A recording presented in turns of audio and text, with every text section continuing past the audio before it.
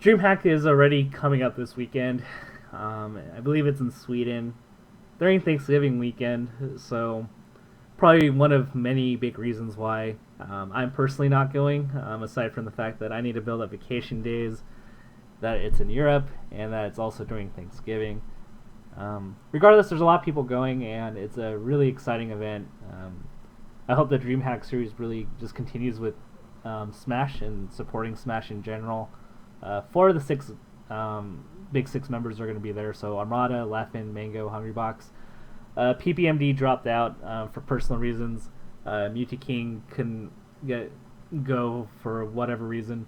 But then we have a lot of top 20 level players, so Plup, Axe, Westball, Shroomed, who else? SFAT, MacD, Ice, Melee Enemies, S2J, Hugs, and some other like really good players that I didn't think were coming. So Wizzy, Duck, and then we have like the Europeans, Professor Pro, Amsa, the Sheik main, not the Yoshi, Over Triforce, like Android, Yappy, Tech, Reaper, Fuzzy. So there's like a lot of other names that I haven't really mentioned. So it's gonna be a really big event and a really exciting tournament. I want to just go over some storylines going into the event. We look at 2015. It's almost the end of the year. The last tournament that will probably be taken into consideration before 2015's SSBM rank. So I want to just talk about what this really means as we kind of close the chapter on 2015 and move on to 2016. So for Armada, obviously, he's pretty much won the majority of the large important events. Granted, he did lose the Apex. He won Evo. He won Big House. Won the Summit. Won the previous DreamHack. Is rolling in a lot of money. Supposedly has won like $90,000 in prize money this year. So needless to say, this is like Armada's year. And if we're to look at it from a ranking standpoint, unless Armada like totally bombs, like he has number one in lock for 2015. I don't think there's any possible reason by any metric whatsoever for people to say that Armada is not number one. Armada is up 8-7 in sets against Leffen. Up to that point, aside from some Foundry matches here and there, Armada had a positive record against everybody but Leffen. But since Armada won 2 sets, 6-0, pretty dominant, now he has retaken the lead against Leffen. And Armada has won the last set against Mango, dominated PP, beat King convincingly, and also beat Hungrybox the last time they played, I believe, at Big House. So right now Armada is the person to beat. It's analogous to calling him Perfect Cell, like who is the person that's going to rise up to beat Armada. It's pretty much Armada's Perfect Cell, DreamHack is his arena, who's going to come and step up and win for the rest of the world. So kudos to Omata, has not only shown that he has a really good Peach that very few people can beat, but also a really good Fox that destroys everybody in Fox Dittos. And because we're in a metagame full of Fox, that's a good thing. For Leffen, he's actually been rather quiet other than his HEC throwdown win. Had a couple of questionable sets with King. Didn't really look too good against Armada, but he's been in practice. But if he really wants to prove himself and win a big tournament, not just like an FC or a WT or what the Fox, he needs to get this win and put that notch on his belt. He has won Beast 5, so it seems like the hometown, the playing closer to his hometown does help his performance. So maybe playing in his home country will do some good, but it would be a really nice win and would probably cement him in number 2 if he manages to win this. And this will also quell any doubts of whether or not he could perform on the largest stage because he choked at Evo, lost to Plup, and I forgot who else he lost. And he lost. I don't remember who he lost to. That's gonna bug me. But anyway, doesn't really seem. Oh, he lost to Hungrybox. That's right. He I want to see him do well and prove to me at least that he can perform when everybody is like watching on the, like a grand stage. That's like the scope of like an Evo or DreamHack, which is huge. For Mango, this has been an awful year for him by Mango standards. 17th at HEC is probably going to be a running meme for him for a long time. Lowest performance by any any Big Six member. Hasn't really won much, and we kind of waited. You know, in January at Apex, where he did really awful. We were like, okay, like Summer Mango's gonna come around, and then we look at some other tournaments, like I'm Not Yelling. He did decent there. And then Sandstorm in Arizona did rather poorly, and then he had like a bunch of poor performances, and we were just kind of waiting for that magical Mango to come back. And we saw like glimmers of hope where he beat Armada at What the Fox. You know, he did win press start with that impressive losers bracket run, but then he goes and chokes Evo, you know, SDs, whatever Johns you call it. And then we go to Big House and we're thinking, okay, maybe this is Mango's tournament. Chokes that. HEC chokes that. Summit, you know, comes close but loses. And so we're kind of like past that phase. We're waiting for Mango to really emerge out of this, and we're just kind of hoping that Mango salvages the year with DreamHack. And you know, I think that would, you know, round out his year, and it would redeem a lot of his poor performances if he were able to prove and beat Armada, redeem himself against Hungrybox, and beat Leffen, the three people that have, you know, given him some trouble this year actually. And for Hungrybox, you know, the big narrative behind him is second place master, gets second and third a lot.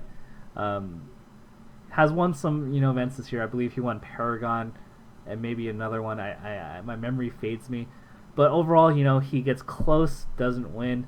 And, you know, I think there's a lot of high hope and potential. I hate using that word, but Hungrybox and PAL is a very scary thing. Armada's Fox is nerfed. And Hungrybox, you know, does very well on the grand stage. And it seems like other people tend to shrivel up, get nervous. They play conservatively. They play off their game. Hungrybox, you know, he just lets it go. He plays, you know, he will play at the level he plays at. And if his opponents don't play at the level that they need to play at, then Hungrybox could win this. And that's something that may be a bold statement. A lot of people may say I'm crazy, but you know what? Like, I actually think Hungrybox has a decent shot at winning DreamHack, and this would be a really good win for Hungrybox because, you know, he hasn't really won much this year. Always, you know, falls slightly short, so that would be a really good story for him to wrap up the year, where he gets second, third, you name it, and then he finally comes home with a win. And then we have the next tier of players, and this is where it's going to be really interesting because I look at players like Plup, Axe, Westballs, and Shroomed, and like Plup is coming up high off of his momentum off of Summit, beating PPMD, and I believe getting fourth. And so Plup's highs are really good. You know, at Evo he did really well, defeated Mango and Leffen to get fourth. Summit he beat PPMD, finally beat Shroomed in the Sheik Dittos, something that he has long struggled with, and he's improving, you know, every month with the matchups that he once struggled with. So, you know, he's becoming more and more of a threat, but sometimes, you know, he falls apart. Bad performances at Big House, loses at HTC to Homemade Waffles and MacD, has an early exit in Paragon, but granted that was unfortunate bracket to lose to Hungrybox and Mango for, I believe, 9th place. So I wanted to see some more consistency from Plup, and maybe he solidifies himself here by having, you know, the Summit with a 4th place finish and then doing really well here as well, to cement himself as the best Sheik. Maybe we'll see some Samus here because Sheik isn't as good, and Samus just, because by virtue of other characters getting worse, becomes a better character in the PAL meta game. Axe, you know, has been relatively all over the place. I don't think people talk about his losses very much, where he lost to Bait. I believe he got 17th at Big House. So, granted, you know, he has some like really good performances. He's also had very poor performances. So, I like to just say for Axe, Westballs, and Shroom, to solidify, they need to be just consistent here and just break down any doubts of them being a good player, because they go on highs and then people ride them and say they're number 7 or 8, and then they lose a couple of tournaments, and you're just kind of like, are they 7th, 8th really? Do they really belong in that tier, or do they belong in the tier below them, or can we put them up with the gods? And frankly, depending on the time of year, like, it goes all over the place. And so for them to really kind of push the edge towards, like, can we even consider them to be in that tier of the Big Six, they need to be more consistent. And hopefully DreamHack puts them in that right direction.